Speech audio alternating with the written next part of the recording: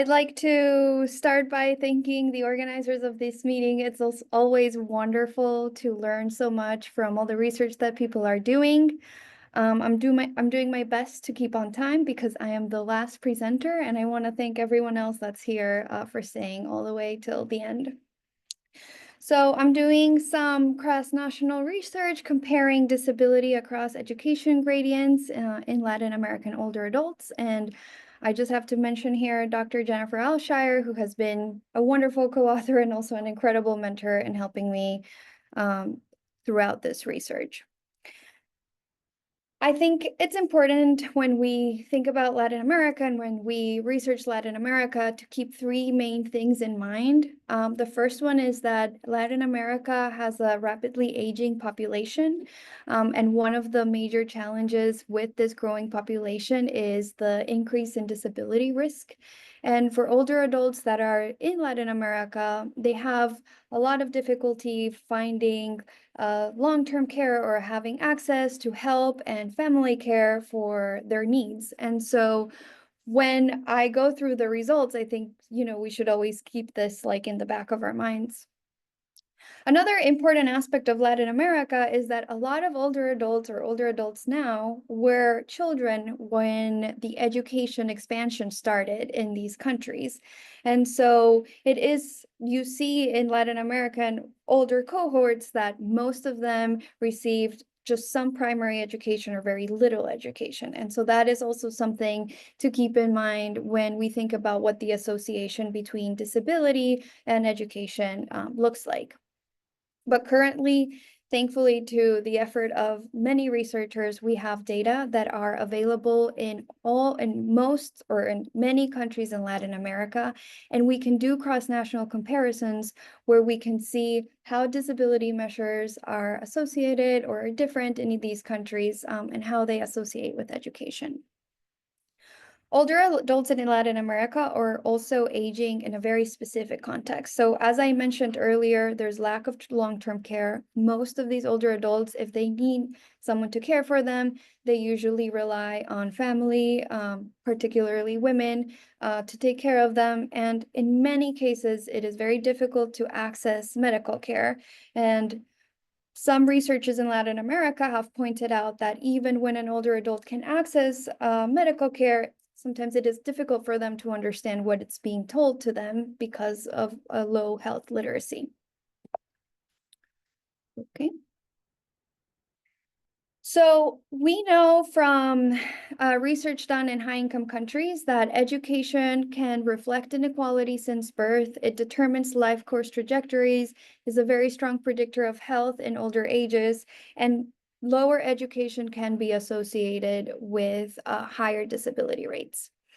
But as I mentioned earlier, in Latin America, education might be a little bit different. And it is possible that older adults that have high levels of education still present a different association with education, particularly if we think about when they were going to school, right? So when they started going to school, many countries in Latin America increased their education or their education access, but reduced the quality of the education. So although school enrollment increased, the quality declined. Additionally, for many, many countries, what has been found is that people would sign up for school, but wouldn't attend school because they would be helping their parents cultivate, or they would be working because their family needed money to bring in food. And I like to always point out that even to this day, there's very large differences in schools when we think about Latin America and high-income countries. And for example, in Colombia, my country, someone that goes to a public school only receives 4 hours of education per day. So you are not in school all day. You go in the morning and you leave at midday, or you go at midday and you leave in the afternoon. And I'm showing here some pictures in order for Costa Rica, for Brazil, and for Colombia of what schools look like today. So we can also kind of get an understanding that even the infrastructure of schools is quite different still in some areas in Latin America. So given time, we're only going to focus on one research question, which is, are there educational gradients in disability? And by disability, I'm looking at instrumental activities of daily living, and mobility disability among older adults in Brazil, Costa Rica, Colombia, and Mexico. I am using cross-national data or national data of these 4 countries. All of these are nationally representative surveys of older adults. All of these are longitudinal studies except for Colombia. Colombia is a cross-sectional study, and we tried to select waves that we thought would match better in time with the 2015 year in which Colombia took his data. I just want to very briefly point out that all of these countries have very different education histories. So for Brazil and for Mexico, it has been widely shown in the literature that inequality to access education is very high in these countries. And so older adults in rural areas, for example, received much poor schooling than in urban areas, and different, races and ethnicities also were affected by this. Costa Rica is the #1 country on education in Latin America. They got rid of their military regime and started putting all that money into education. So the expansion of education in Costa Rica is very well studied and has shown the benefits of education in this country. And in Colombia, we unfortunately have a very severe history of violence. And when the expansion of education happened in Colombia, we were in this period that we called the violence. So it was very difficult for people at that time to access school. And it means that the education has been very fragmented in Colombia. These are the 3 disability measures I'm going to be using. So for IADLs, we dichotomized each of these where the older adult was asked if they had any difficulty preparing a hot meal, any difficulty managing money, grocery or clothing shopping, and taking medications. For ADLs, the variables were difficulty eating, bathing, toileting, getting in and out of bed, and walking within a room. For mobility, it was difficulty walking several blocks or difficulty going up and down the stairs. And for each one of these, it was dichotomized into is independent or has any difficulty with one of these items.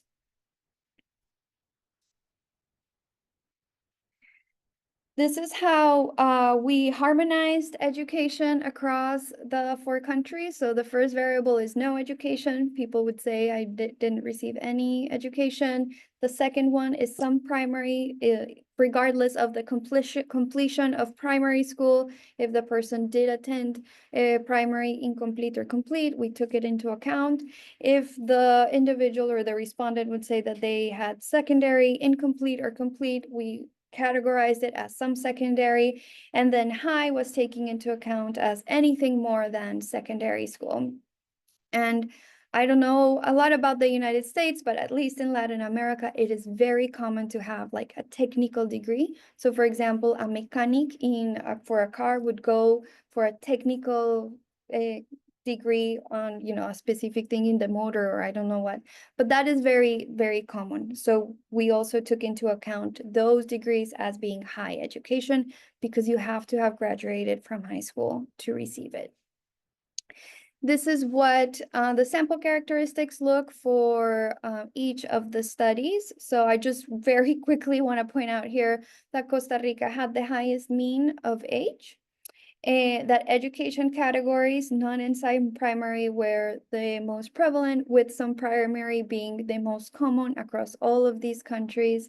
And then here, just quickly mention IADL, ADL, and mobility disability. And I also just think it's important to point out that the mobility disability had a very high prevalence in all of these countries.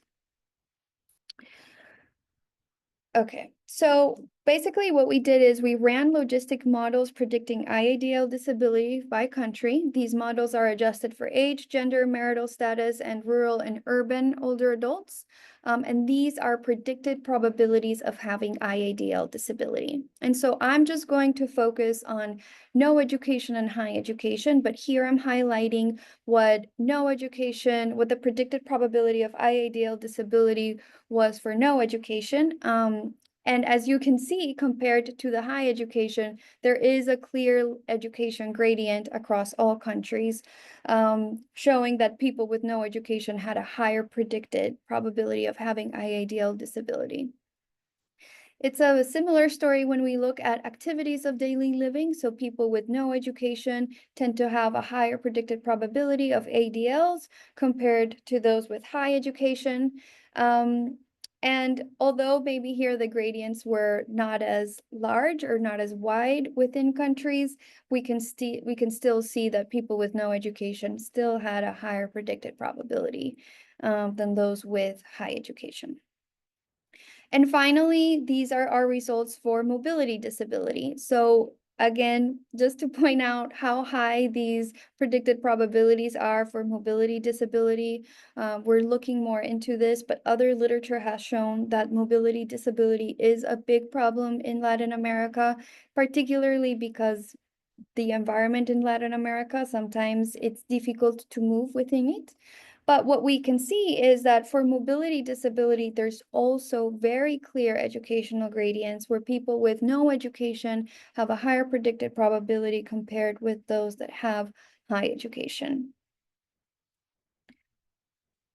And some very quick conclusions, given that I only have 30 seconds left. All the countries had education gradients, as I showed, of disability across education regimes. So regardless of, how good the educational expansion was or how difficult it was for people attending school, in many Latin American countries, we could see this educational gradient.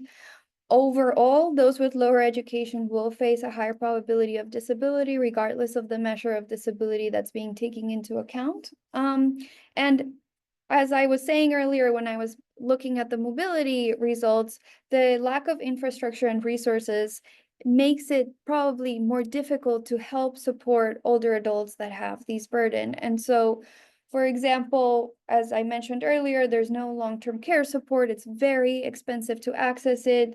There's high rates of poverty among older adults, and it is possible that people with no education tend to live more in slums. And so mobilizing from one slum down to the city is much more difficult. And this might be part of why we see that this gradient in education is so high for mobility. And other important points to keep in mind is that there's inadequate old age income security, and there's a burden of care that comes with these disability measures. Thank you so much, and I think I ended just in time.